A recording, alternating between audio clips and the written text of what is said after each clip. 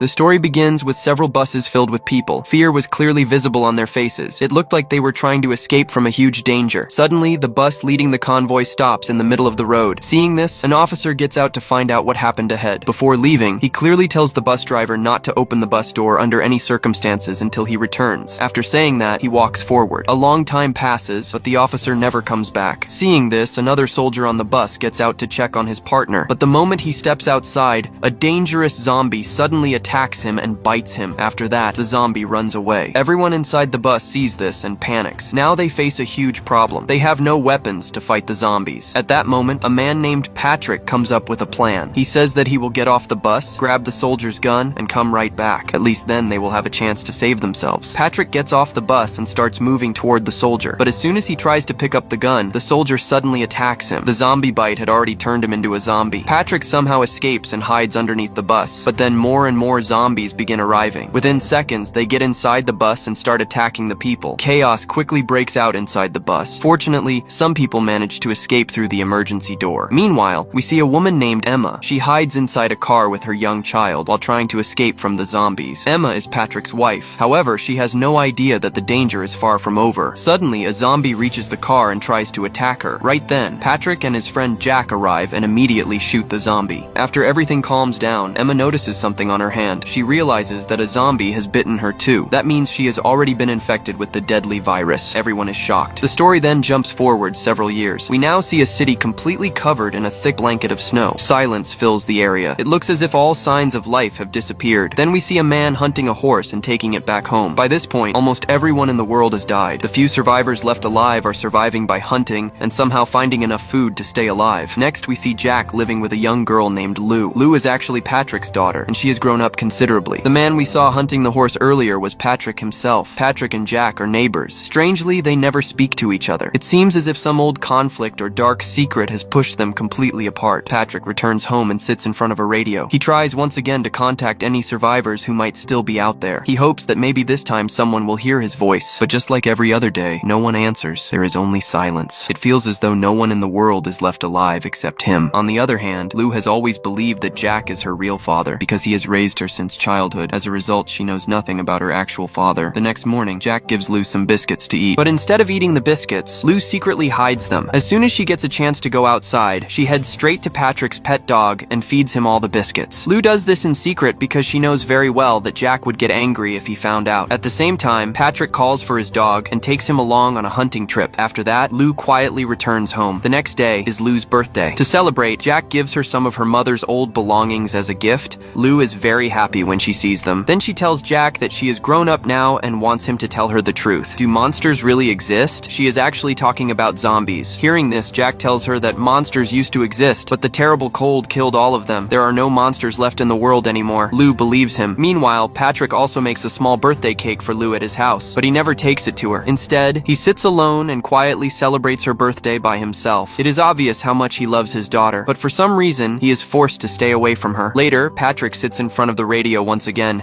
and tries to contact anyone who might still be alive out in the world. But once again, no one answers. His hopes are crushed yet again. That night, Lou is sleeping in her room when she has a terrifying nightmare and suddenly wakes up. As soon as she looks toward the window, she sees a horrifying white zombie outside. It is trying to climb over the fence surrounding the house. Just then, Patrick's dog starts barking loudly. The moment the zombie hears the dog barking, it runs away. Lou is terrified by what she has seen. She cannot figure out whether it was a dream or reality. The next morning, when Jack wakes up, he notices that Lou is not in her bed. Panicked, he starts searching the entire house for her. Then he spots her hiding under a table. She is curled up there, looking frightened. Jack crawls under the table beside her and asks what she is doing. Lou tells him that she saw a monster the previous night. She says its entire body was white and that it was trying to get inside their house. After hearing this, Jack calmly reminds her that he already told her there are no monsters left in the world. But this time, Lou refuses to stay quiet. She immediately asks him a question. If there are no monsters, then why did you build such tall fences around the house? And why do you always stop me from going outside? Jack has no answer to her questions. He simply stares at her in silence. Meanwhile, Patrick is heading out hunting with his dog. Along the way, he runs into Lou. Smiling, Patrick Patrick tells her not to feed sweet things to his dog because it could make him go blind. Just then, Jack arrives. The moment he sees Patrick talking to Lou, he becomes furious. In a harsh tone, he tells Patrick to stay away from her. Without arguing, Patrick starts his snowbike and leaves to continue hunting. First, he enters an old store in search of food, but while looking around for supplies, he suddenly notices a fox. The fox had been brutally torn apart and eaten. Seeing this, Patrick immediately becomes alert. A few moments later, he spots a terrifying zombie nearby. It is viciously feeding on the fox's remains. Within seconds, the zombie notices Patrick as well. Without wasting a moment, it charges straight at him. Patrick reacts quickly. He rushes out of the store and locks the door from the outside. He immediately jumps onto his snow bike and speeds toward home as fast as he can. But along the way, his attention drifts for a brief moment. As a result, his snow bike crashes directly into a tree. The impact is so powerful that Patrick is thrown through the air and knocked unconscious. Meanwhile, Jack is teaching Lou how to use a gun. It is the first time she has ever fired one, and she is excited to learn. She has no idea that real danger is about to reach their doorstep. We then return to Patrick. When he regains consciousness, he finds a zombie standing right in front of his face. As Patrick looks closely, he realizes that the zombie's eyes have turned completely white. It can no longer see. Over time, the zombies have mutated. Because of the extreme cold, they lost their eyesight, but in return, their senses of hearing and smell became far stronger than before. Now they can easily detect even the smallest sound or the faintest scent. Just then, the sound of a gunshot echoes from the distance. The moment the zombie hears it, it immediately runs toward the source of the noise. That means its next target is Jack's house. Patrick is horrified. He quickly gets back on his snow bike and races toward Jack's home at full speed. As he gets close to the house, he fires shots into the air and repeatedly shouts at Jack to get inside. But because of the distance, Jack cannot hear him. At that exact moment, the zombie attacks Patrick from behind and knocks him off the snow bike. The creature immediately begins tearing into him. Seeing this, Jack quickly tells Lou to go inside the house while he aims his gun at the zombie. But he fails to pull the trigger at the right moment. Taking advantage of the hesitation, the zombie bites Patrick in the neck. Suddenly, Patrick's loyal dog rushes in and attacks the zombie without any concern for its own safety. The dog manages to pull the zombie away from Patrick for a short time. However, during the fight, the zombie bites the dog as well. Seizing the opportunity, Patrick grabs his gun and shoots at the zombie. As soon as it is hit, the zombie flees. After the zombie leaves, Patrick rushes over to his dog, but it is already too late. The bite has killed his loyal companion. Patrick is devastated. He carries the dog back home. Losing his most faithful friend is heartbreaking enough, but what terrifies him even more is the fact that the zombie also bit him in the neck. That means he has been infected too. Patrick picks up his gun and decides to end his life. But just as he is about to pull the trigger, the story flashes back to the past. When Emma was bitten on the hand by a zombie, Patrick made a drastic decision. Without wasting a second, he cut off Emma's arm where she had been bitten, hoping to stop the virus before it could spread through the rest of her body. That decision is what saved Emma's life. The story now returns to the present. Patrick cannot handle the shock of everything that has happened, so he drinks a large amount of alcohol. He gets so drunk that he eventually collapses and passes out. Sometime later, he wakes up and hears a voice coming through the radio. Someone is trying to contact him. Patrick immediately grabs the radio and tells the man on the other end that the zombies have returned. Not only that, but one of them has bitten him as well. The man is horrified when he hears this. No one has seen a single zombie for many years. Because of that, everyone believed that the zombies had disappeared from the world forever. Meanwhile, Lou is heartbroken over the death of the dog she loved so much. She insists that Jack get her some fresh flowers because she wants to place them in front of her mother's picture. Jack agrees and heads outside to find some flowers. As soon as he steps outside, he notices Patrick burying his loyal dog in front of his house. The sight makes Jack sad as well, but one question keeps running through his mind. If Patrick was bitten by a zombie, why hasn't he turned into one yet? Thinking about this, Jack leaves to get the flowers. That night, Jack returns home carrying fresh flowers. Lou is very happy when she sees them. First, she places some of the flowers in front of her mother's picture. Then she quietly takes the rest and sneaks out of the house. When Jack comes back inside, he realizes that Lou is nowhere to be found. He searches the entire house for her. Then he looks outside and sees Lou walking alone far away from the house. Jack immediately panics and runs after her. Meanwhile, Lou is placing flowers on Patrick's dog's grave. But suddenly, the same terrifying mutant zombie appears behind her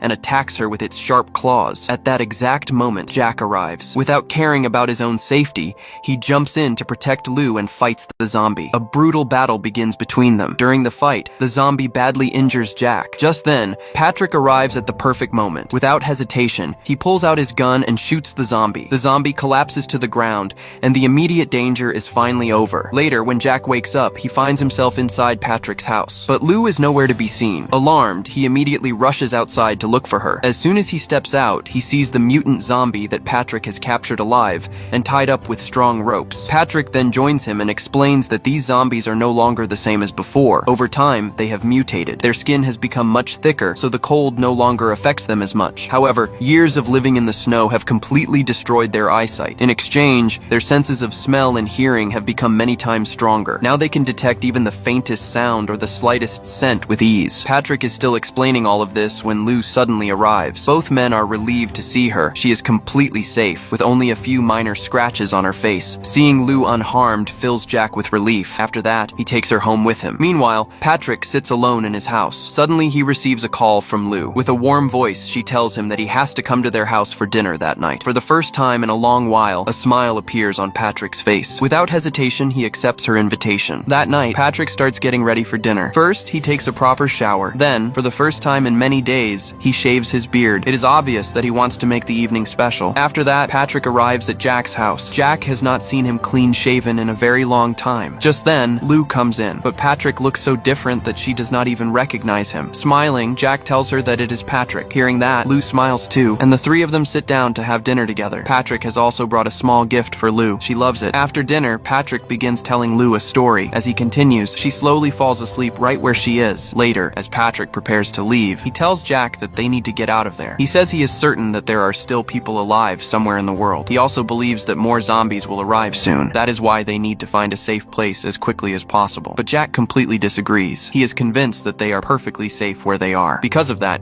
he refuses to listen to Patrick. An argument breaks out between them. Eventually, an angry Jack throws Patrick out of the house and tells him that inviting him to dinner was a huge mistake. The story then flashes back once again. One day, Emma and Patrick had gone to a store to gather supplies. While they were there, an argument started between them. Patrick had begun to suspect that Emma was developing feelings for Jack. In anger, he leaves Emma alone and walks away, but he has no idea that this decision will cost her life. As soon as Patrick leaves, a zombie attacks Emma and kills her. When Jack learns what happened, he storms straight to Patrick's house. He furiously blames Patrick for his mistake. Afterward, he takes Lou with him because he believes Patrick is no longer capable of taking proper care of her. The story then returns to the present. That same night, Lou suddenly wakes up from a frightening nightmare. She immediately goes to Jack and tells him that she dreamed he had died. She says she is scared because she does not want to lose him. Hearing her words makes Jack think. He realizes that Patrick may have been right. If they stay there, they could face a serious danger at any moment. Because of that, he decides that leaving is the better choice. The next morning, Jack and Lou arrive at Patrick's house. The three of them get into their vehicle and set off together. Their first stop is an old store where they can gather some necessary supplies. As they come back out with the supplies, they notice a woman standing in the distance. She is silently watching them. Patrick immediately approaches her and tries to talk to her, but as soon as he gets close, the woman becomes terrified and suddenly collapses unconscious onto the ground. Without wasting any time, Patrick and Jack pick her up and take her back with them. Patrick quickly realizes that the woman has been deeply traumatized by something. That is why she is so frightened and unable to speak properly. A short while later, when she finally calms down, she tells Patrick and Jack what happened. She explains that she and her family were heading toward this place after hearing Patrick's radio messages, but on the way, they were attacked by zombies. Her entire family was killed in the attack. She is the only one who managed to survive. During this conversation, we learn that the woman's name is Anne, and she is pregnant. Suddenly, Anne hears frightening zombie sounds coming from outside. The moment she hears them, she panics. Patrick tries to reassure her. He tells her not to worry because they have a zombie tied up outside, and it cannot hurt anyone. But hearing this only makes Anne even more frightened. She immediately grabs a gun and rushes over to the captive zombie.